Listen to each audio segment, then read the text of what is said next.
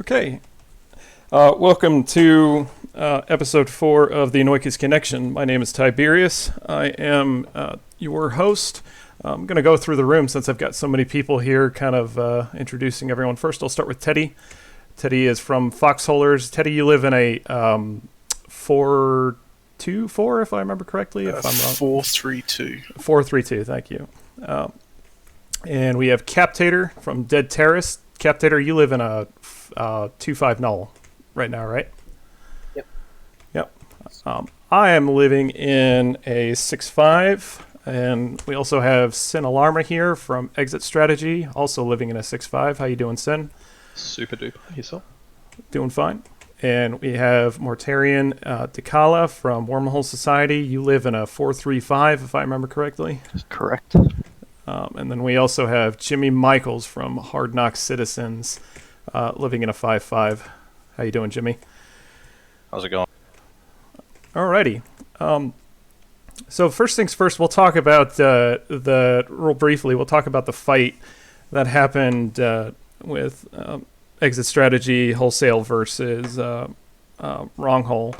So, Sin, how did the defenders managed to get so many people into the defense on the last go-around? The glorious free calls. So they had about 36 hours of free calls during the eviction. 36 hours of frig holes. So what is that? 2 frig holes total? Yeah, 2 free calls. So we had one spawn before, I think 10 or 12 hours before the armor timer. So they had that much time plus the timer, and then the same again for the whole timer. So they were like perfectly spawned free calls. Yeah. Oh, amazing. And you guys weren't able to form any kind of defense in order to ward them off with that? Were you just not prepared for that, or what? Or did you just decide that it would be in the interest of content to let them in? So the first one was a free call to another wormhole, a low class. So we were able to eventually backstop and roll that. So they played a fun, scanner versus scanner game, but we were able to stabilize that pretty comfortably, I would say. Unfortunately, the second free call for the hull timer was too nusic. So yep. Oh, that's great. For those of you who don't know, the frigate hulls were changed, and we'll talk about this a little bit later, but frigate hulls were changed in February during the ironically named From Wormholes with Love, which basically inhibits anybody's ability to roll them. So what did they come in order to get themselves in? Interceptors, I'm guessing? Yeah, interceptors. I mean, anything that wasn't an interceptor and couldn't cloak generally died, although a lot of command destroyers did get through and boosh off. Oh, okay. And so the defending side was streaming the last half of the whole timer with their dreads. I got a chance to talk to some of the defenders themselves, and it seemed like that they struggled quite a bit. How did you manage to put the pressure on them through that fight? Or did you feel the pressure, or did anybody else, or do you feel like you were putting enough pressure on them? So the actual fight itself, which happened on the final Fortizar, was I didn't expect them to have as much of a defense fleet as they did. Like, I certainly expected a carrier fax sort of doctrine with the dreads, but yeah, I mean, we had some really poor positioning a couple of times. We probably were underdone with pings and things, but yeah. Keeping away from the dreads was a big thing. I would say that the defenders were also pretty poorly positioned as well. When I was watching, the dreads were pretty much 100 kilometers off of your main fleet. I don't know if that was intentional from you, or if it was just a poor positioning of the dreads, not paying attention to what's going on. So we were certainly trying to play keepsawaysies, but they think when they siege, they'd warp to an incorrect ping. So yeah, I think that was a lot of spatial for them, because the shacks don't move quick. So if they'd warped onto us, it would have taken us a long time to pull range again. Right.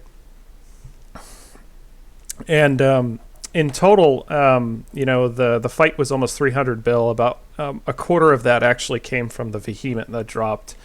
And unfortunately, you lost a DST full of about 70, or what was it, 60 bill worth of 60 stuff. bill or something. Yeah, 60 bill worth of stuff. It looked like it was most of the small stuff that you managed to fit into a single DST. Yep, put all your eggs in one basket. What a great idea. Drive that Yeah. thing through your demo. Yeah. No.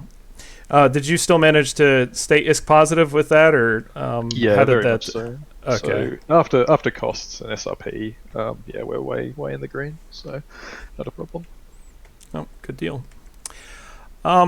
So I have sent all of my guests here a stack of data and graphs for them to look at, and it's essentially markers for wormhole space that kind of indicate the health and the health of where we're at, and or the health of wormhole space as a whole, I should say.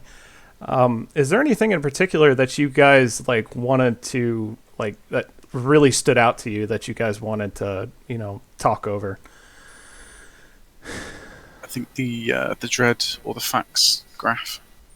The dread or the facts graph. Okay, I'll pull up the dread graph.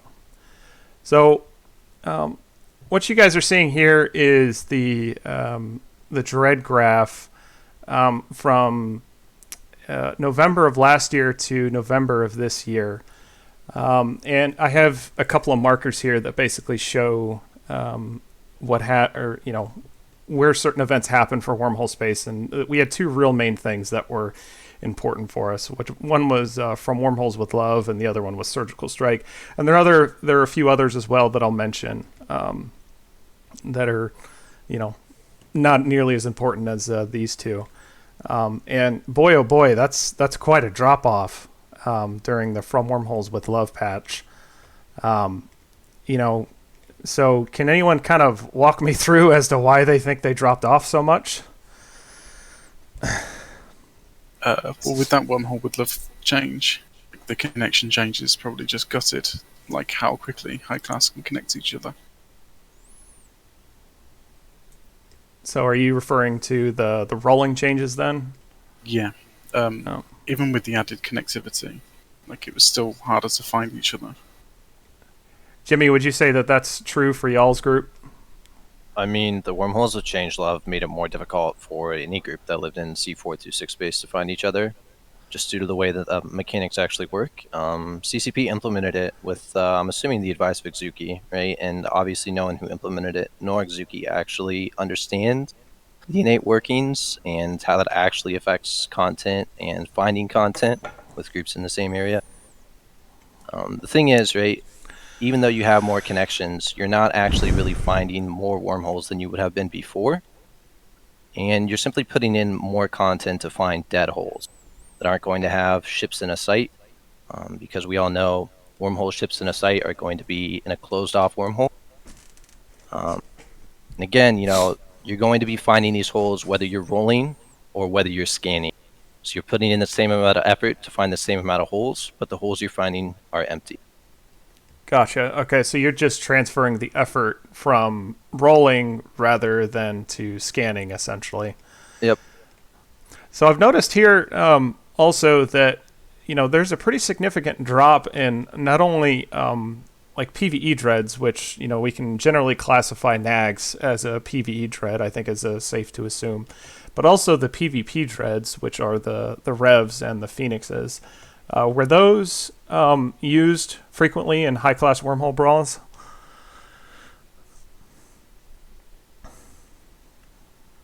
I guess Jimmy not seeing it or at the moment. Sin. No. I don't know. I'm just not seeing it at the moment. Very rarely you just see someone warp a dread into the fight. I guess I'm saying before From Wormholes with Love is the question. Was that were they used before the rolling changes more frequently? So you basically had HK would use a Phoenix, Laserhawks would use in Pulsar 2, and in Armor Effects none. AFK would use a Rev and a Moros, principally. I can't remember what they used in Pulsar. And Novak would use 2 Nags. I mean, that's not entirely true. Laserhawks did use Phoenixes as well as us, even outside of Pulsars. And Novak would use Dreads and Vanillas as well. Everyone did, right? and then Surgical Strike hit, and everyone quickly realized that Dreads died so quickly to the Leshak spam meta. It's also broken, and CCP don't really seem to understand that they were just mass-wise no longer worth using. Even if you had the mass, they just weren't worth bringing, even for the pressure on the Vax, because they could just die in about 60 to 90 seconds on the long end. So you're putting in this 7 to 8 bill investment for basically no purpose. So it's doing nothing. It doesn't have nearly the same effect on the fleet as it used to. Yeah, absolutely. And we see that. Doesn't live to have that impact. Yeah. And would you also say that you guys are finding less crabbing dreads as well? I know that I've definitely seen a pretty significant drop off of Naglfars, which is like the main PvE dread as well. Or is it just that you guys aren't being able to roll into them, or is it that maybe they just don't exist anymore? I tend to see them with logged off scanners and things like that in holes, but being able to get to them is really difficult at the moment. You scan a way out, and by the time you've got a chain, it's either rolled or they've packed up and spooked. So you're saying that log off scanning is basically what you're describing? Yeah, that's right. So you log off in the hole and then wait cloaked until they're doing the site. Gotcha. So then you try and build a chain. It's difficult. When are people crabbing most of the time these days? Because the activity seems to be pretty centralized around EU time zone for now. I see a lot from 04 through 07. It's almost like a dead hour, and I think there are quite a few people that crab in that. How they find the time, I don't know. The big hours these days for C5 and C6 space is what most people consider Chinese time zone. Not necessarily AU. They get on a little bit before that normally, and then they'll stick on after that, a couple hours past downtime. And if you keep an eye on C5 and C6 space, you'll notice just massive, insane Leshak swarms that come out. You're talking about the Nestor and Leshak clouds of 30 or 40 roaches then? Yep. Oh. That actually brings me to the blue loot graph. We'll look at that real quick. Because the blue loot graph that I sent you guys, Cap actually pointed out that the total value is actually gone down ever so slightly in terms of the total amount of blue loot that's there, but it doesn't necessarily match up with the total dread deaths. So either there's one or two things going on. You've either got a ton of battleships that are being ratted, or you've got a bunch of faxes that are running around, or not faxes, but dreads that are running around during 04 to 07, like Sin was talking about, or it's a combination of both. What do you guys feel like is probably the bigger factor of the two that's really kind of going on?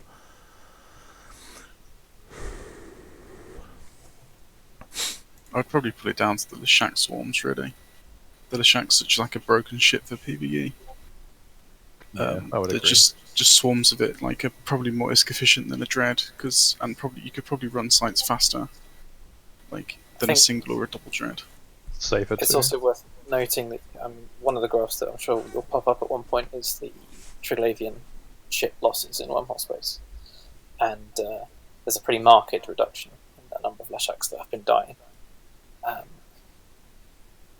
which would suggest that if there are lots less dreads dying, lots less battleships dying, and the blue loot is only, in average, dropping a little bit on trend, but actually in terms of absolute is kind of on a recent increase. That would suggest that yes, the Leshak clouds are doing some major work.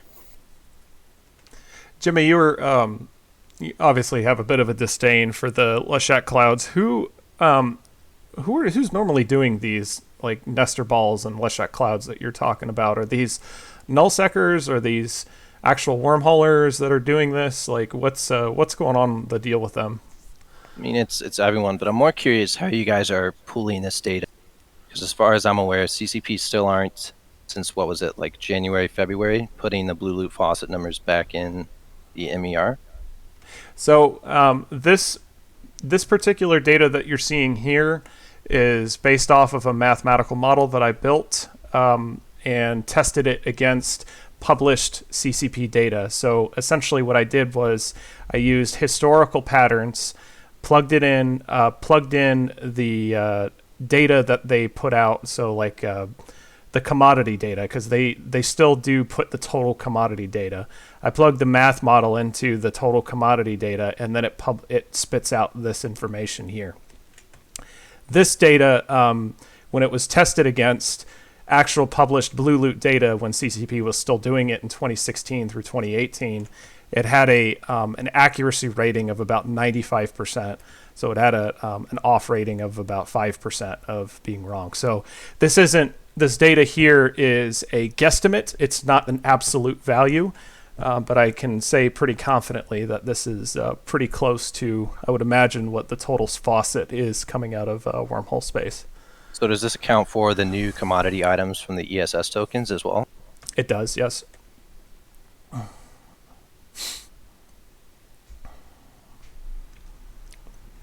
So, and we see in some of this data here also kind of is indicative of certain events that are happening. We had the obvious drop off From Wormholes with Love when the rolling changes happened and the connectivity was a little weird. And then the TD Sin eviction, obviously, when everyone was absolutely bonkers busy, because I think everybody here was somehow involved with that. And then Surgical Strike, I don't necessarily know why there's a spike there. And then, the start of World War B. I think a lot of what you're looking at in February and March isn't necessarily game-related, more IRL-related, with people coming off of COVID lockdown, going out and doing things, and then that's why you see that spike in April, as people went back in a lockdown across the world. Yeah, that makes sense. Why do you think that it's been slowly but surely kind of walking its way back up over the past 6 months? Have you guys seen any nullsec ratting fleets out and about with, using C5s as farms as of recently? I'm seeing an increase in Imperium structures and dreads in wormholes. So whether that's the fair weather guys that don't want to participate in the war moving into wormholes to make cash. Gotcha. Okay. So this data also shows that we'll go to kill mails here. This data also kind of shows that total kill mail value has that's not related to evictions has gone down pretty significantly by a large margin. Obviously the big dip From Wormholes with Love. How would that affect PvP? I wasn't living in high-class wormhole space at that time yet, so I'm not quite sure how the rolling changes and the connectivity changes directly affect PvP. I think it was essentially what Jimmy was saying before. Is just you're seeing either the same amount of holes, maybe slightly more from the dynamics, but so many of them are empty that it's just you're spending a lot more time just scanning and scanning and scanning. You just run into less. The holes you connect to are ones that can provide any form of content. Is the kind of nutshell, right? Can you say that again, Cap? You're a little quiet. Fewer of the holes that you connect to are capable of providing any kind of content.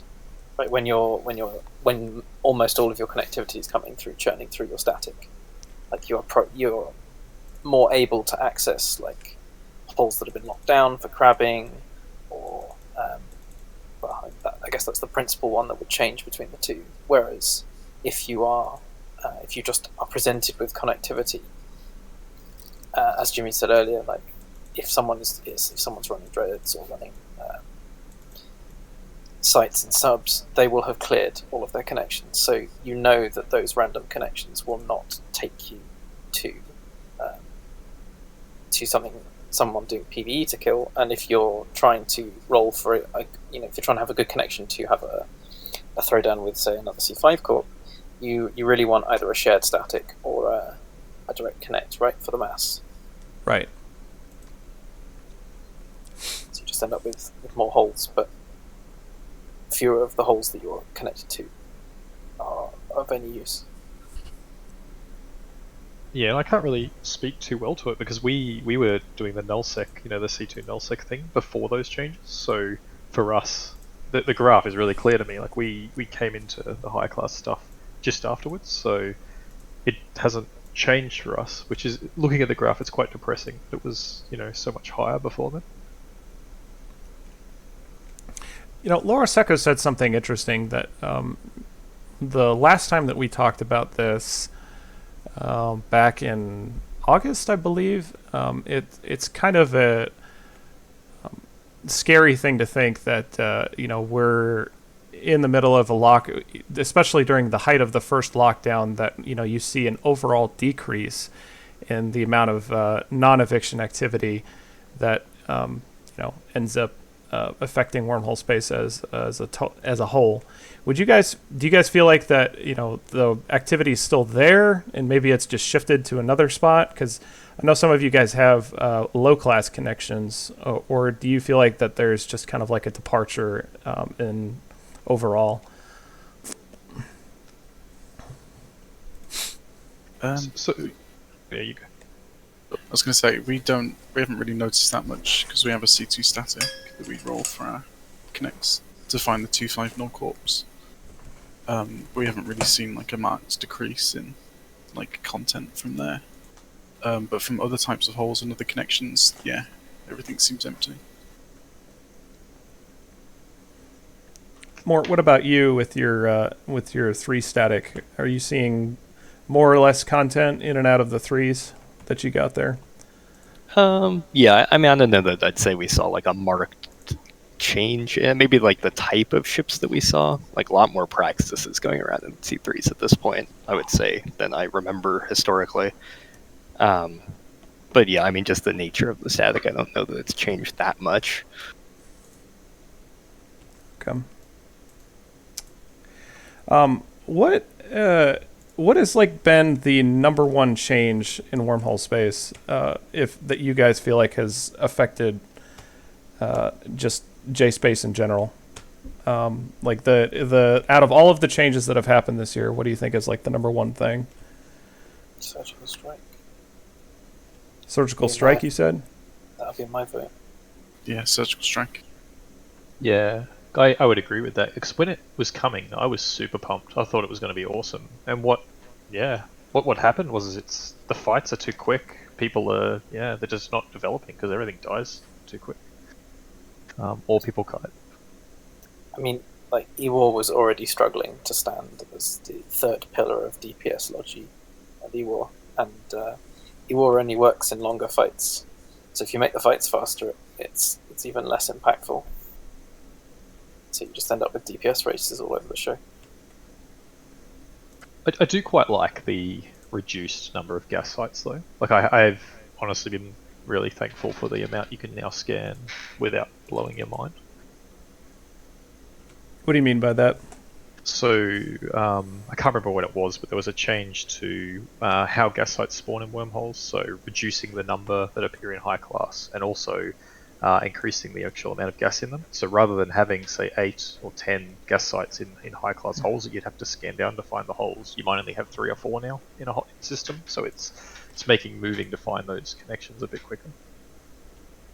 Gotcha. Yeah, so I can't remember when they made that change, but yeah, that's exactly what you said. They increased the total value of M3 by 2 times for the site, but they reduced the spawn rate by 50%. So kind of more in line with what CCP was talking about with resource scarcity, I suppose. Jimmy, how did Surgical Strike affect high-class fights? You're going to have to refresh my memory here. What high-class fights since then? Okay. I mean, if I remember correctly, CCP labeled it as Brawler's Paradise, right? What an atrocious misnomer, dude. Anybody with a couple brain cells to rub together could take a look at the changes that were coming and plan for that patch realized it was the exact opposite, and it was actually a kiter's paradise. So what? Just cutting resist like that just absolutely destroys any fleet that likes to brawl at close range, right? And the one thing Right. you have in W space is like these small sub 40 man fleets. Often they're going to be like sub 20 man, somewhere around the 15 pilot range. You're not kiting, right? You're not flying hacks or these arty battleships.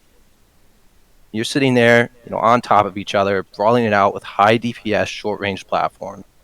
All CCP did to that kind of playstyle was gutted it. It's destroyed. It no longer exists.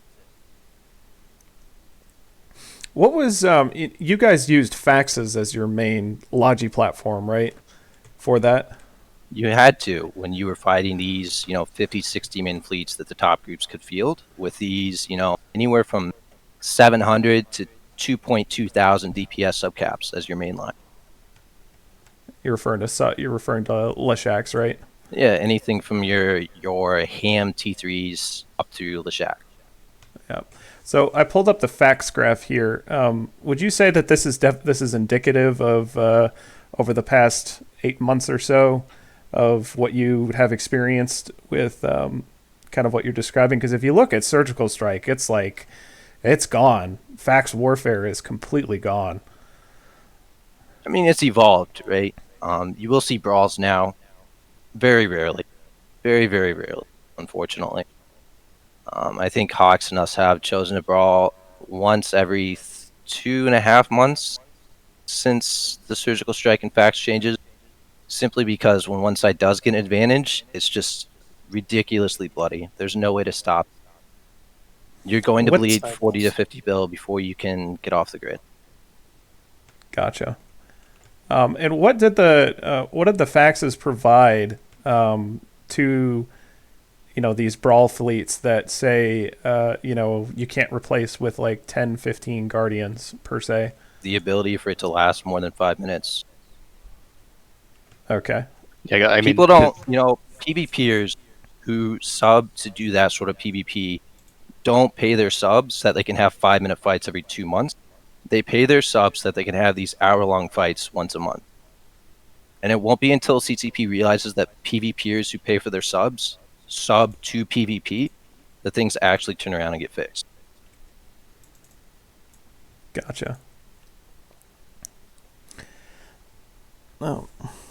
To just to kind of close out on that point, or rather on the earlier point, the one of the things that design-wise is quite difficult in EVE is basically as you get a DPS disparity between two sides fighting, it snowballs incredibly hard, incredibly fast, and it accelerates. It doesn't, and there aren't really any game systems that arrest that snowball, and so even with the big long brawls that in the sort of the Halcyon days that Jim is referring to, while you did have this extended period of testing the opposing players and testing the coordination between your side versus the opponent's side, generally once ships did start to bleed, that tended to accelerate, but it was doing so after there had already been maybe 20-30 minutes of heating and not heating and target switching and not target switching and shuffling you all around and trying to get different fleet elements in different relative positions. And there is all of that, which is the real finesse of that kind of way of playing, has been compressed into a couple of minutes before ships start dying, and then the snowball begins. So what essentially causes the snowball then? Why? So like, let's say for instance, is it that you're losing Logi ships that causes the snowball, or is it that you're just losing ships in general that you can't exchange? I mean, losing Logi is obviously going to accelerate the snowball faster than losing DPS, but if you lose DPS, then you are less of a threat, which means your opponent has more leeway to maneuver more aggressively, to heat more aggressively. They get more time to think about how they want to position their. They're put in a in a position where they are less pressured in making mistakes. I think is maybe how I'd summarize it. Gotcha. Okay. What do you guys think that CCP is trying to do with wormhole space, or if they're even trying to do anything at all? I mean, I know what they were trying to do with Surgical Strike, and I think they kind of achieved it. They achieved it. They achieved the goal of a slight change around the balance of. So basically, what they don't like is they don't like the idea of binary sustain. So they don't like there being a fleet that just doesn't take any damage ever because it has sufficient repair power, and they don't like the idea of a group fighting into that and not being able to kill anything while losing.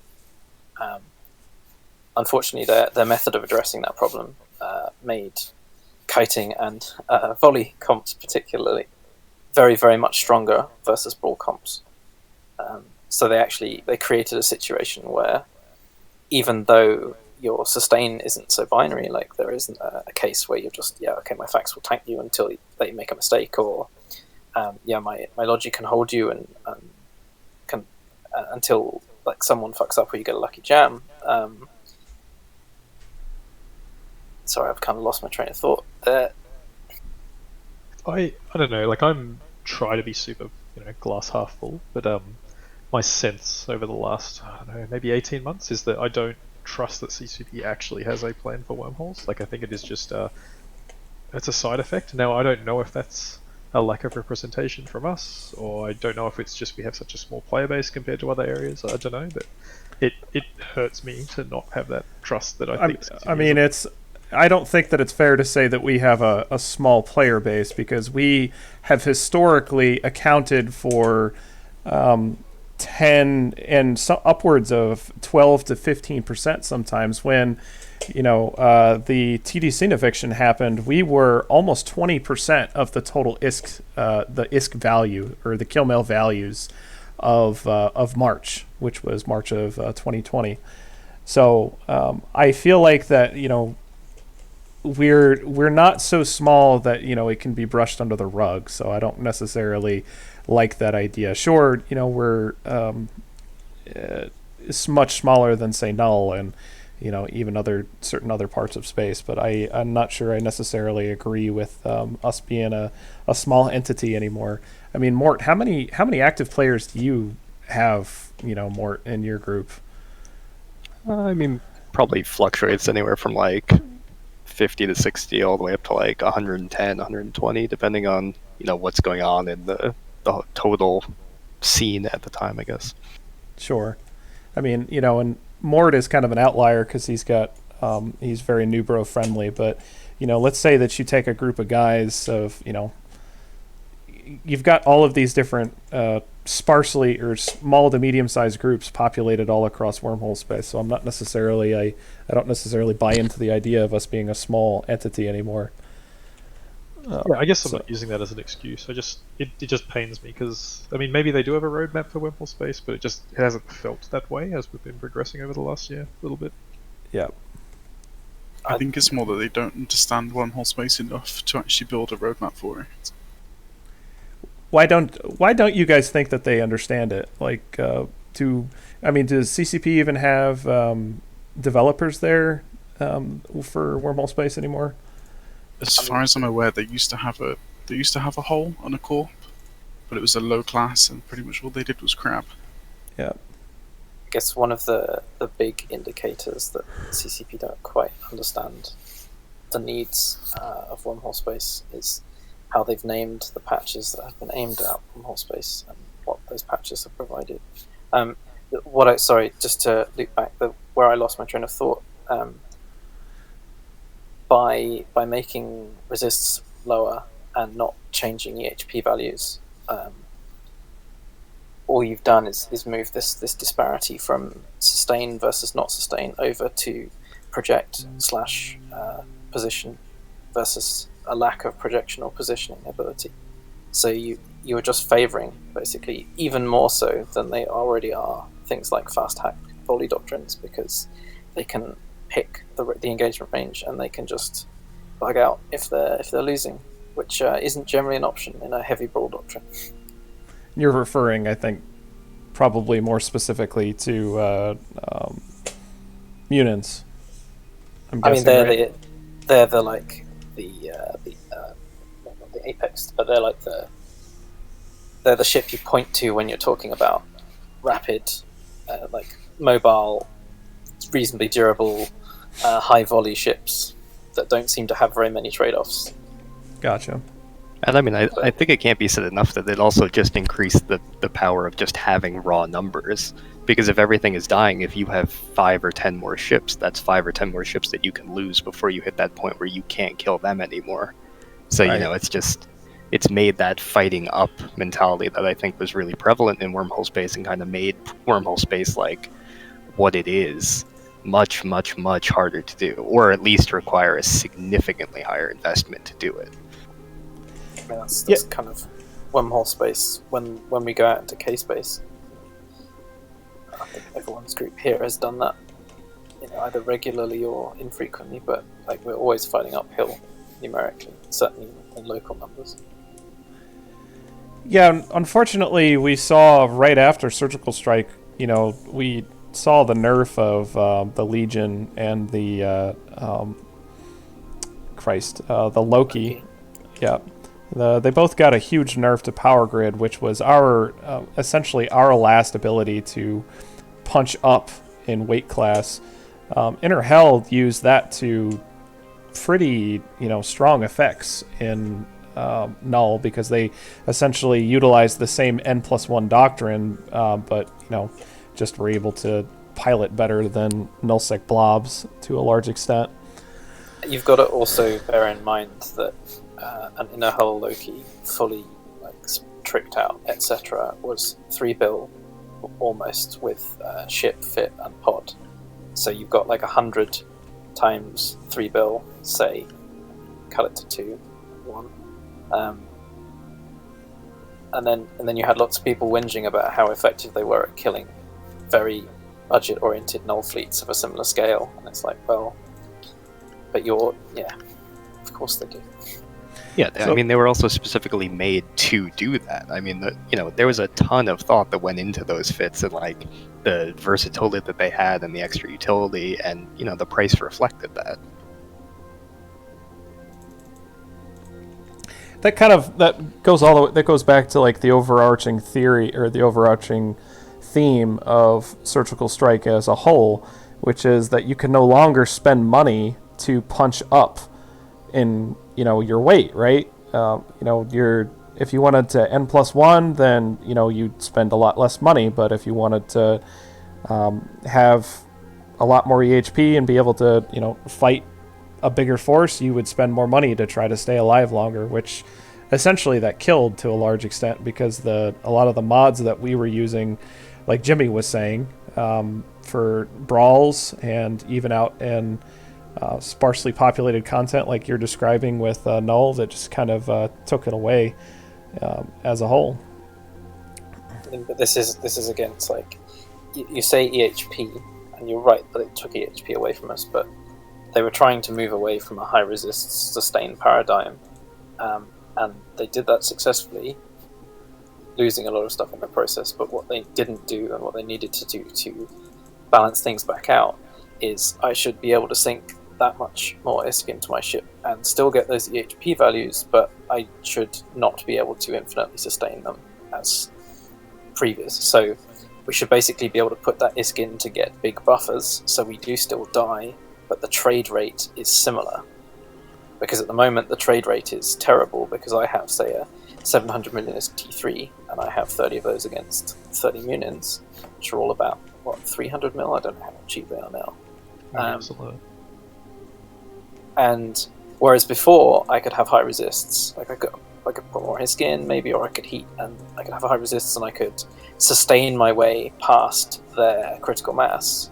Whereas now, what really you want a case where my death rate is the same as the Munin death rate in terms of like total effective DPS removed from the field as a percentage of the fleet.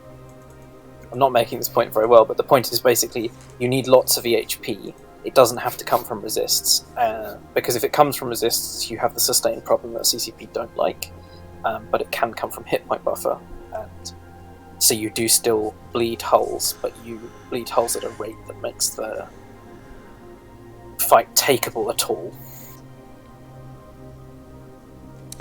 Right, gotcha. So, what, I know this, obviously we've been talking kind of grim here, but, Sin, you said that you're kind of optimistic with the future of what's going on.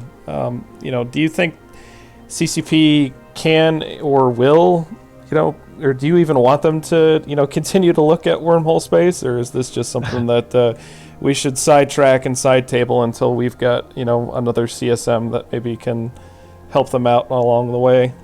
Oh man, it's actually quite interesting. Yes, I'm positive. Do I think they should? I think they need to, but I think like some of the guys have said, sometimes when they do meddle, and I know it's their game and we play their game, but it just feels like the changes, they say, hey, it's for this reason, and then the opposite occurs. So that's quite frustrating. I do think they need to. You mean sort of like when a CSM member says the wormholers are going to be collateral damage from a change and we need to deal with it? Yeah, yeah, dude, and just adapt or die, bro, right? Yeah, adapt or die, man. Don't adapt too hard, or else people will come and scream that you're breaking the game and you're bullying everyone out of high class. What change are you talking about specifically, Jimmy? Oh, you don't remember this when infamous wormhole CSM Brisker Ball came on with the Hick module chain? Yep, I remember that. Yep, and told wormholers in an EVE Online forum that they were going to be collateral damage and they needed to adapt and die and deal with it. Yeah, just use porpoises. Yeah, and I do think wormholers are adaptable, but sometimes I wonder if we're just a glutton for punishment, because we just alright, fine, this is the thing, how do we deal with this, and we just continue to take it. But I don't know, my corp, a lot of the veteran members of Exit, because Exit's quite an old corp, don't necessarily play at the moment, and that's sad, because I think they want to come back, they just miss, I guess that nostalgia of, inverted commas, the old days. But a lot of my guys are newer, and they're having fun, and they're logging in, so there is optimism there. Newer EVE players are enjoying the content and the culture, but I'd love to see some of the old names back playing and doing stuff. Yep. Yeah, there is tons of new blood coming in, especially people that are burnt out from the war. We're not unique in. I think there is an issue around groups of a certain scale. I think. In some ways, wormhole space, many of our, if not all of our groups, are basically within the band of small to medium scale. What would be small to medium scale in low sec or null sec? And groups of that scale there are not necessarily doing it any better than us. Yeah, for sure. And yeah, just more things to cause those fights to occur would be good. It's at the moment we kind of have to pin our objectives to make something happen, and it's difficult to force some of the fights at the moment as well. I don't know. I don't know the answer, and I don't know what's causing it. But yeah, the graphs make me sad when I'm usually an optimistic person. Yeah. What graphs haven't we looked at yet? We can look at the Triglavian stuff here. This.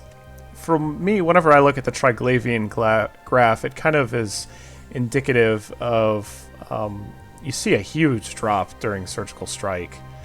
And I remember when I was filtering through these keel mails, a lot of these are actually just crab kills. So with the remote reps in the highs and the super blinked out lows, a lot of these kills end up just being in smaller scale skirmishes of maybe 4 to 5 people, or a counter gank to a gank.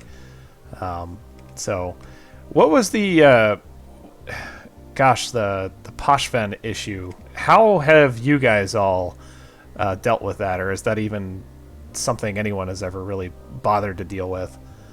Dude, last year, that whole build-up for Triglavians was pimp. It looked cool, the way they sold it looked awesome. And then, I don't know, it's just oh yeah, there's this space over there now. It seems super weird. I thought when they separated Poshvin from the rest of the game. I thought it was going to be like a subway system, almost like a pseudo wormhole, where if you could get in there, you could move around K-space and pop out again. But it's, there's just so many barriers to entry in that area that it's like not even a thing at the moment for us. The filaments are cool. I'll give you the filaments. They're pretty standard. Filaments are great for getting rollers back out of nullsec. Or wormhole chains, yep. Yeah, just be like, right, okay, my roller is in the middle of nowhere because I screwed up the roll or whatever. Oh, look, it's in Poshvin, and now it's back out in HiSec, ready to be brought back in the next time there's a good connect for it. Has the Tech 2 salvage affected doctrines at all for like Zarms or Ikaturses? Yeah, we're not fielding them at all. Like, guys can field them as they want, but they're not doctrine standard at all anymore. We dropped them as well. Can't afford them. That's just because of there's no salvage coming in. There's almost from what I understand, there's one, maybe two real faucets for the salvage, and that's really about it. It's not nearly as big as it was during the whole invasion event itself. I'm not an indie guy, but is that where it comes from? Does it come from a Triglavian wreck, does it? Yes, it does. Yeah, gotcha. And so because they're not invading systems we can get to, people aren't farming them, I guess, right? Yeah, so the best way to actually farm it is to just do nothing, actually. It's to not play the game. It's to sit there and watch NPC AI kill each other while you do nothing. That's unironically the best way to get it. So, epic. Because you're disincentivized once you get into Poshvin from killing any of the trig rats, because you need trig standing to get through the gates.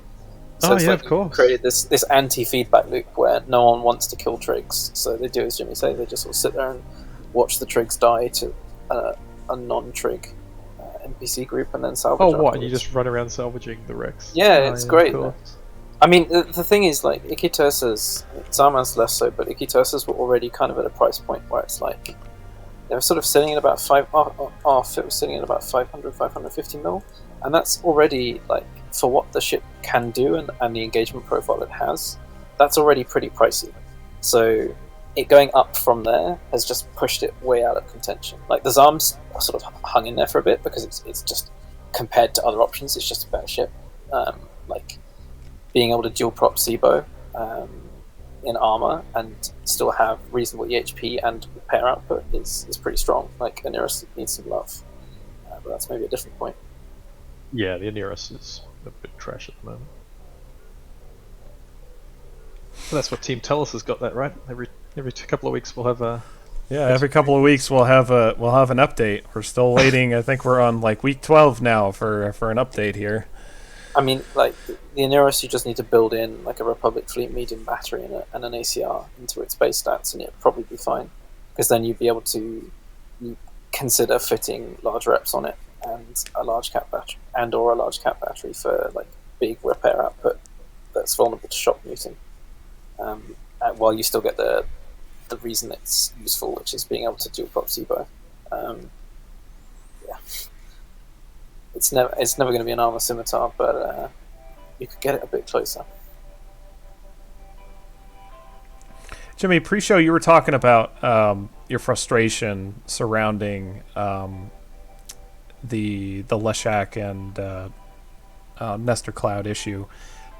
What has you frustrated about it? Like, what is it about the Leshaks in general? I guess more specifically about like PvE that seems to, I think is on the back of everyone's mind, especially those who have some kind of high class connection to it. I'm gonna need some blood pressure medication after this one, I swear. I'm tired of risk-free PvE. Why is this a thing that CCP allows in the game still? We came on and we complained about it, and we finally got Ash-Truce farming fixed. So when Nullsecers found out, they screeched like mad, right? And that was something that we've been begging CCP to fix for years. And here we are complaining about essentially the same thing with Leshak. And it's going to again be years until CCP comes around and fixes it.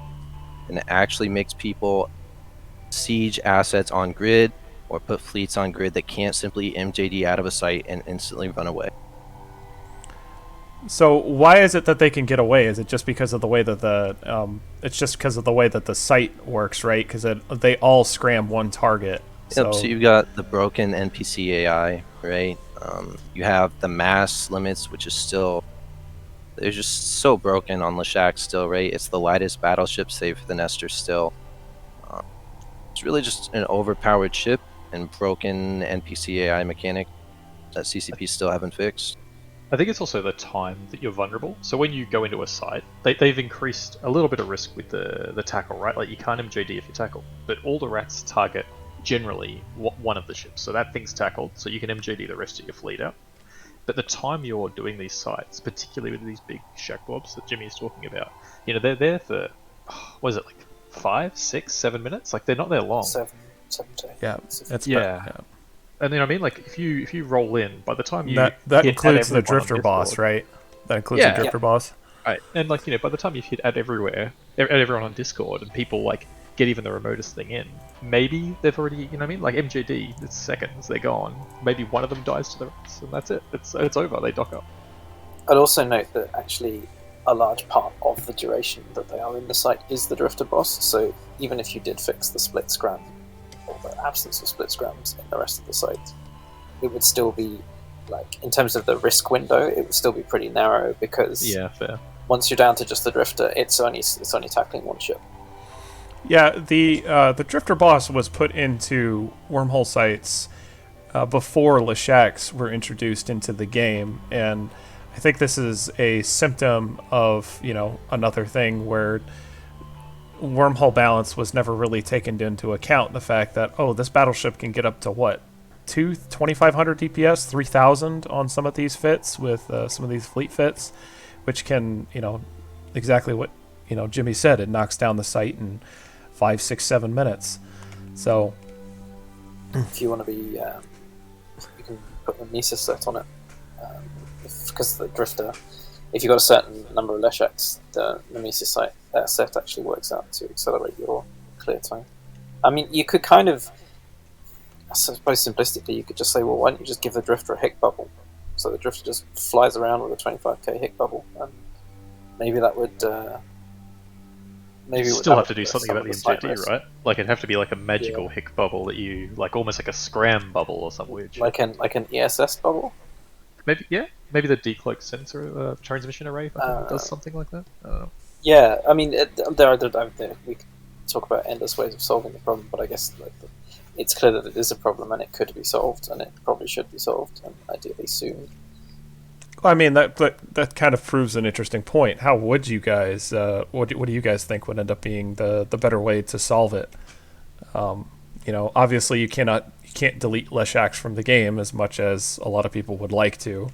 What would be an easy fix, so to speak? The drifter boss won't spawn unless caps have been in sight. It's the easiest way. Cap, Yeah. what do you think? I mean, hick bubble on the drifter doesn't solve MJD, but it kind of solves some of it. You could make it the turbocharged bubble that stops MJD as well if you really wanted to. You could put towers, like the Triglavian Abyss tower things.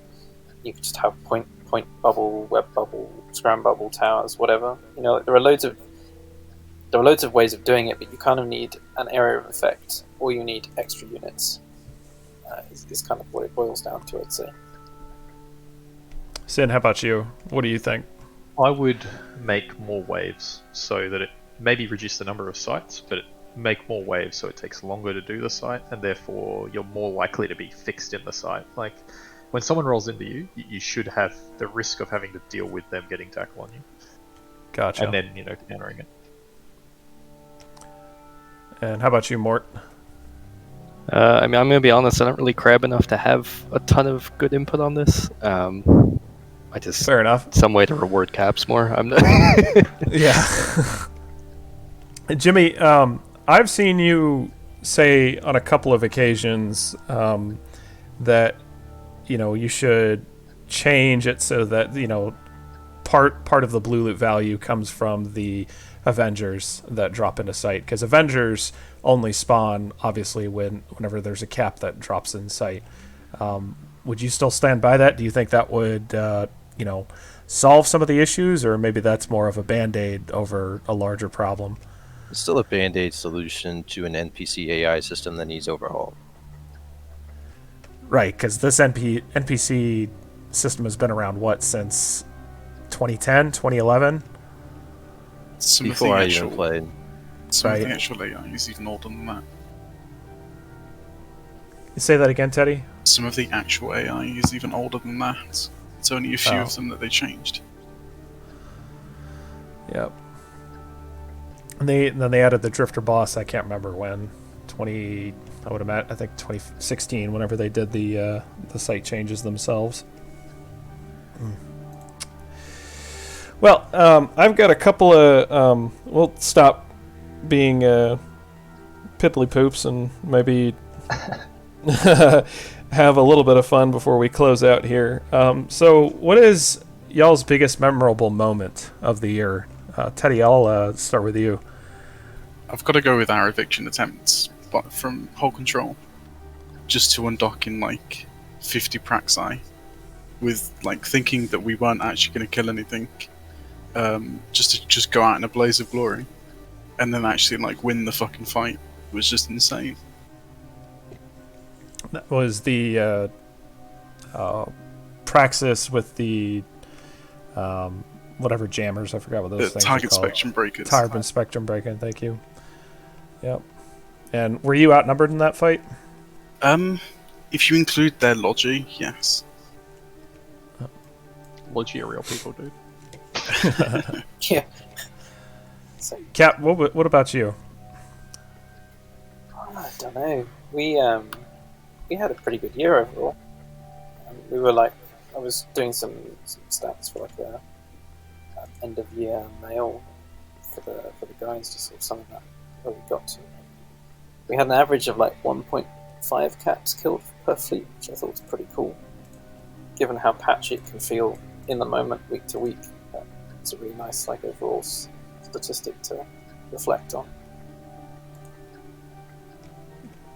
Sin, how about you? Of 2020 most memorable. Look, we had an awesome fight against Nojavian. Admittedly, it was during an eviction, so it's a little bit sad there. But they undocked a pretty radical cap fleet. That was it was a wild time. It was a really good fight, and a lot of people had a lot of fun during that. So that was probably the high point. And Mort? I'm gonna go more general because I don't have the best memory for like specific instances, but I would say just consistently helping other groups defend against Inner Hell was a ton of fun. I mean, that was just like back to back to back super big fights of like some of the best eviction fights that I think I've been in personally. So those were a ton of fun. And then our eviction attempt against Parabellum, I just never have anything but good things to say about Parabellum from that fight. They just did a great job, and it was a really, really fun fight. So I would say everything, all those evictions were fun. No matter what side or win or lose, they were. I mean, it helps that they were in our hole. But that was the spree of evictions that happened after the TD Sin eviction, right? I believe so, yeah. I mean, the Inner Hell evictions went on before and after the World War in Wormholes. Yep. Yeah, I'm more or less talking about all of them. So the ones before, the ones after, I don't. There were some great ones there. Yeah, that armor timer for the second one. MCAV, just hopelessly warping just the worst fit cap stash into an Astra for some reason to try to kill that, and then feeding like 180 billion capitals. Yeah, that was something. Actually, speaking of Inner Hell, Inner Hell has been a force of controversy. Since their inception, even back before they were Inner Hell. Max obviously announced that he was resigning. He did that earlier this year, and then earlier last year, and then he tried to reform again, and then he officially announced that he was hanging up his cape for a while, if not indefinitely. What is y'all's overall impression of Inner Hell? Were they a good thing for wormhole space? Were they bad? Do you think them leaving is gonna be better or worse better or worse than for wormhole space than? I mean, I could take this one because, we were against Inner Hell a lot. They attempted to evict us. We were against them, I would say, more than probably any other singular group. But I never have anything but good things to say about them because no matter what you say about the end result of what they did in terms of the constant evictions and the attacks and all of that, I mean, they single-handedly brought more content than, pretty much any other group at the time, especially. And I mean, the people that organized that in there, I've never directly spoken to them, but Andromolith, I mean, that guy, from all I've heard, is like a machine that just just makes these things happen. So, I mean, there is definitely a lot of controversy with the end result of what they did, but everything about those fights were a ton of fun. So. If you think about on the case-based side, which is the other aspect of their content, they were definitely You're a little quiet there, Cap. If you can move your mic a little closer. So if you think about on the other side of the content that Inner Hell chased, which was the sort of the case-based whaling, they're very much like a group to look up to and aspire to kind of be able to match the level of breadth in where they, which regions they were able to successfully get kills in, the types of content they could have. They didn't have to just snatch whales; they could fight the response fleets as well. That was always it was always really cool watching their kill board and seeing what they managed to get done. Teddy, you got handed the short end of the stick with them, during World War Wormhole. What would you, what's your opinion of them? Good, bad, etc. I respect them. I think they're really professional in what they do. They're a hell of a force to fight. I don't like evictions, for money. To me, evictions should just be for if you've got a grudge. But they're hardcore. And Jimmy, I know you guys did quite a number of ops with them. I would imagine that you're pretty sympathetic to them leaving, or at least you're going to miss them in terms of being able to do ops with them and stuff. Yeah, absolutely. Getting to work individually with their FC team was, without a doubt, the greatest experience any of us in HK had ever had. Save the guys who'd been able to work with them, 5 or 6 years ago in the QEX days. I have never met a group of individuals that good at this game who are also just insanely humble and just always polite. Never a bad or rude word from them. Just amazing people. It was so much fun to work with them. Would you say that they were pretty instrumental in you being able to succeed at the TD Sin eviction? Absolutely. The work they did, especially on the whole timer that night, that has probably gone unspoken and unheard of by the majority of people. Would you like to expand on that a little bit? Headshotting the Goon Jackdaw fleet, as well as just eradicating the Brave Bomber fleet as they came in that night, was absolutely insane. And it was so well done that by the time Goons managed to get their Jackdaw fleet off the wormhole, they no longer had any links. All 5 of their FCs had been headshot, and the person who was left to run their fleet ended up warping it to a rigged 4 PDS to die in about 15 seconds. So.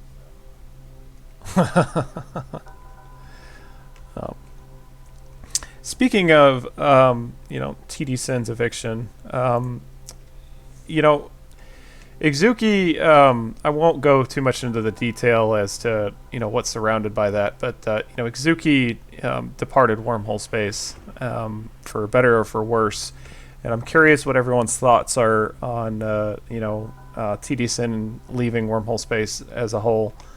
Was it, do you guys feel it's like it's kind of a void, or, maybe the experiences that we're having now are inevitable, and even if he was still here with TD Sin, it would still be the same? What are y'all thoughts on that? Sorry, what do you mean? As in... do you feel like that there's a void that was created in the wake of TD Sin's departure? I liked TD Sin and stuff. I didn't, I didn't sit on their comms or anything, so I can't talk to their culture. But I had a lot to do with EXO, and I do sort of miss having him around Wormhole Space. But I think our biggest loss was not having that representation, and I think we need to fix that probably soon. And we need someone in there like consistently.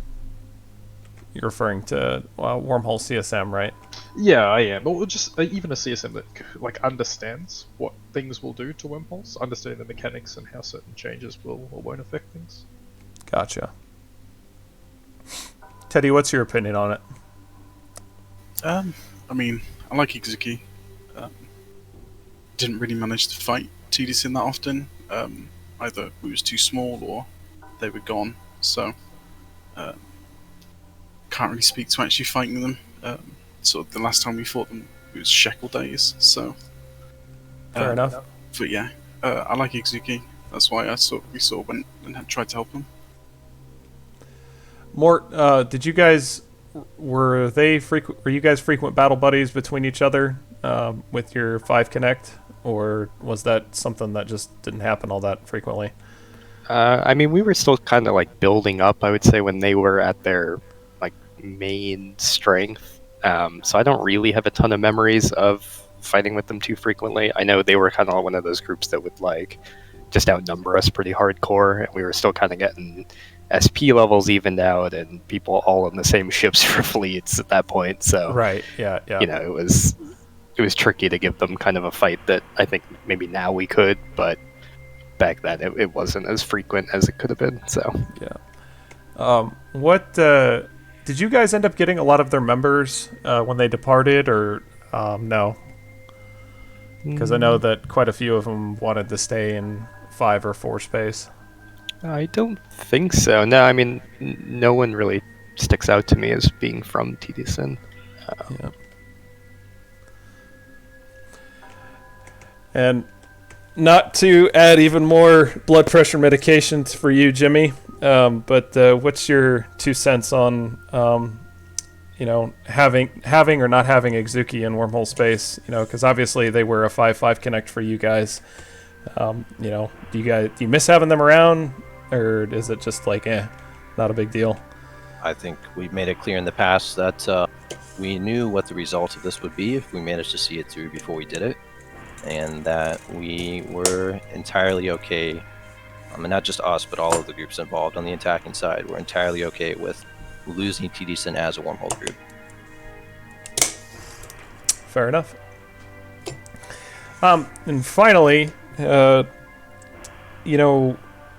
Wormhole Space is currently following, I think, the game as a whole, as CCP kind of pushes the game away from the veteran hardcore player base and more towards casualness. Do you guys think that Wormhole Space has room in 2021 for more casual player base, or is this, in its current state, is just something that's going to have to be remain the same? We obviously, wormholes require a certain amount of SP in order to be top level, or to be able to at least play at a decent level. So what are y'all's thoughts on that? I mean, I think fundamentally Wormhole Space has gotten easier to live in over time, like, all the way back to the introduction of Citadels, all the way up to, the ACL changes and, being able to have multiple corps under the same ACL structure and allowing for docking and bookmarks and all of that good stuff. I think there's definitely the, say what you will about Wormhole Space, but we will definitely adapt to whatever happens in terms of changes, and I think now is probably a better time than any for people to be getting into Wormhole Space, and it's a great area of space still, despite some maybe hits against it in the last year or so. You said that Wormhole Space is kind of going off of what you said there. You said Wormhole Space is in a better place for people, or there never would have been a better time, never is a better time for people to join. Why do you think that? I mean, I think I'm just speaking more to like the quality of life aspects to it, like the ACL changes and living out of a Citadel versus a POS. I mean, there were much bigger hurdles in the past, whereas now, I mean, ignoring the politics of it, ignoring the like the changes that negatively influenced us, quality of life wise and like baseline wise, I think wormhole space is a good area to get into right now. Gotcha. Okay. Cap, you were trying to key up there. I'm sorry.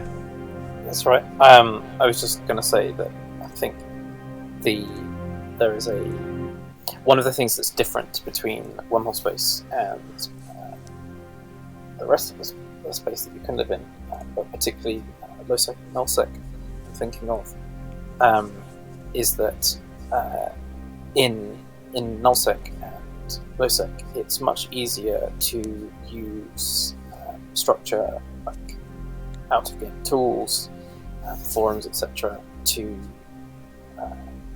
provide like a strong baseline level of content availability and support and information.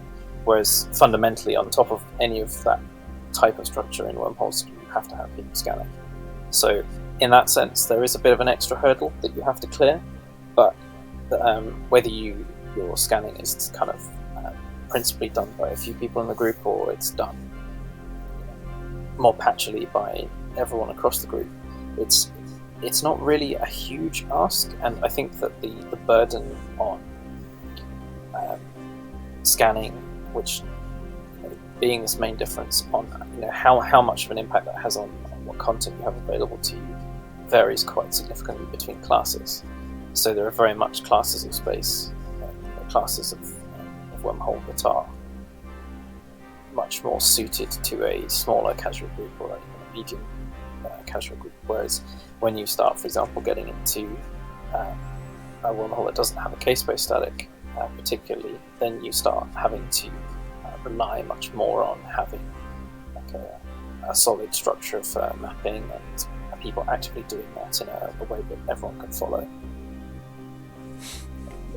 If, looking at null static or low-sec static, I'm not talking high-sec static because content out of that.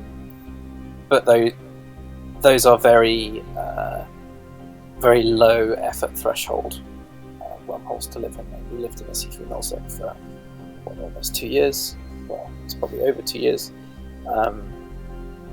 It is not very hard to live in a C3 nullsec static as long as you, when you do get your other chains, make use of them for logistics. All of your content is readily available through the hop, skip, and jump out into K-space. Gotcha. Okay. And you don't necessarily have to have, I guess, skin in the game by owning a system, right? Like, I mean, Theory is an option. You could live in K-space and scan your way in it. It kind of depends on what you want out of the wormhole content. Like, is it just the PvE or scanning? Is it the fights? Because British Shop is also a great home for Wormhole Corps. yeah, yep.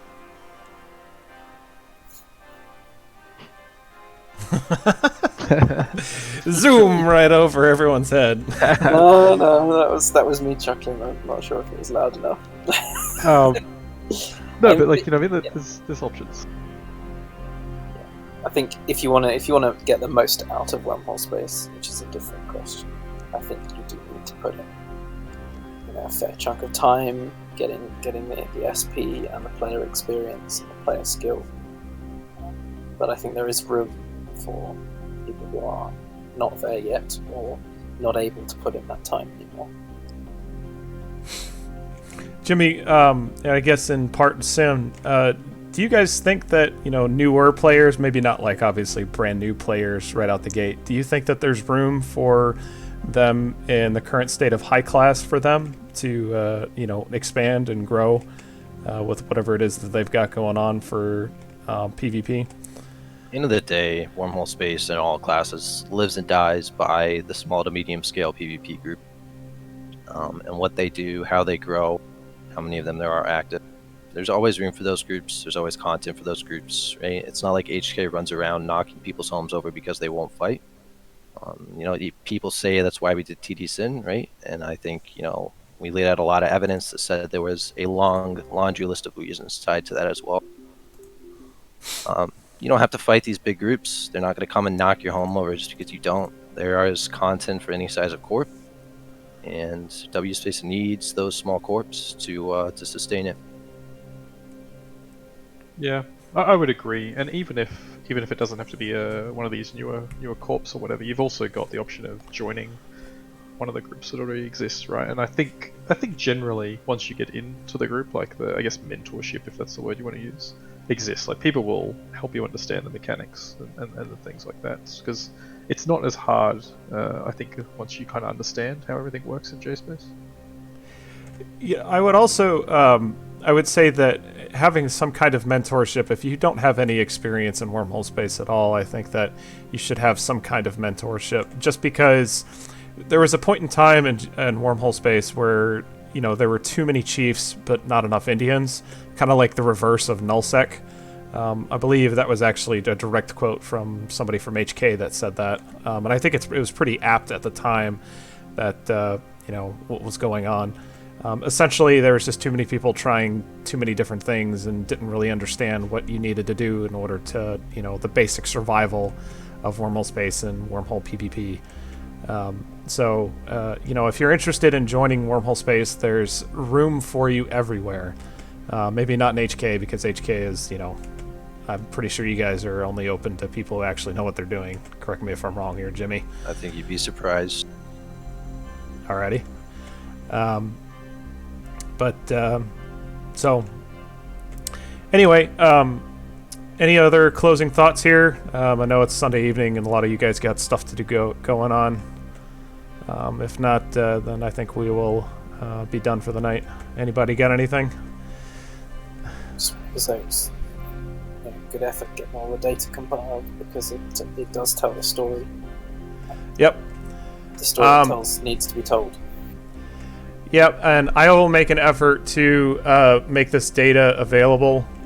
So if you're interested in looking at this data, message me in-game with this name that you see here on screen. Or you can find me on the Discord in Talking in Stations. And I will make every effort to make this data available to anybody who wants to look at it themselves, you know, to talk about it or drive whatever kind of narrative that they want to talk about. But I think for the most part that the data does speak for itself. Wormhole space does need love, and not the ironic CCP kind that we saw in February of last year. So, alrighty, thank you everybody for coming on. This was episode 4 of the Anoikis Connection for 2020 in review. Good night, everybody.